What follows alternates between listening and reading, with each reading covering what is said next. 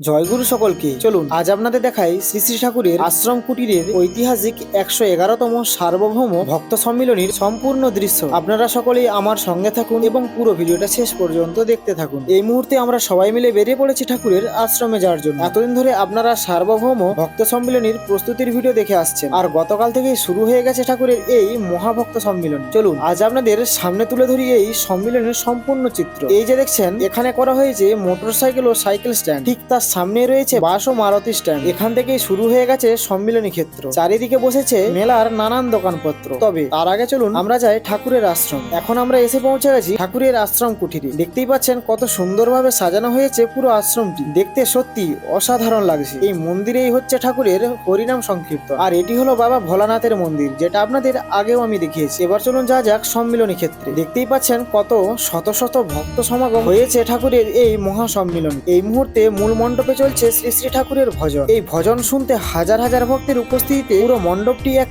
অপূর্ব আধ্যাত্মিক পরিবেশে ভরে উঠেছে। মণ্ডপটি খুব সুন্দরভাবে সাজানো হয়েছে। এবার চলুন যা যাক মেলা প্রাঙ্গণে। এই মুহূর্তে আমি আছি মেলার মাঝখানে। দেখতেই পাচ্ছেন আজ কত কত মানুষের আগমন ঘটেছে এখানে। চারিদিকে নানান ধরনের দোকান, স্টেশনারি থেকে শুরু করে কাপড়ের, খাবারের দোকান, আরো কত কি। আর এই সম্মিলনীতে হঠাৎ করে দেখা হয়ে গেল আমার এক বন্ধুর সঙ্গে। আমার এই বন্ধু এখানে একটি মিষ্টির দোকান দিয়েছে। দোকানে রয়েছে নানান রকমের সুস্বাদু মিষ্টি। আপনারা যারা আসবেন অবশ্যই আমার এই বন্ধুর মিষ্টির দোকানে একবার ঘুরে যাবেন। ভিডিওটি ভালো লাগলে লাইক করুন, শেয়ার করুন এবং চ্যানেলটিকে অবশ্যই সাবস্ক্রাইব করতে ভুলবেন না। আর শেষে সকলেই জয়গুরু লিখে যাবেন।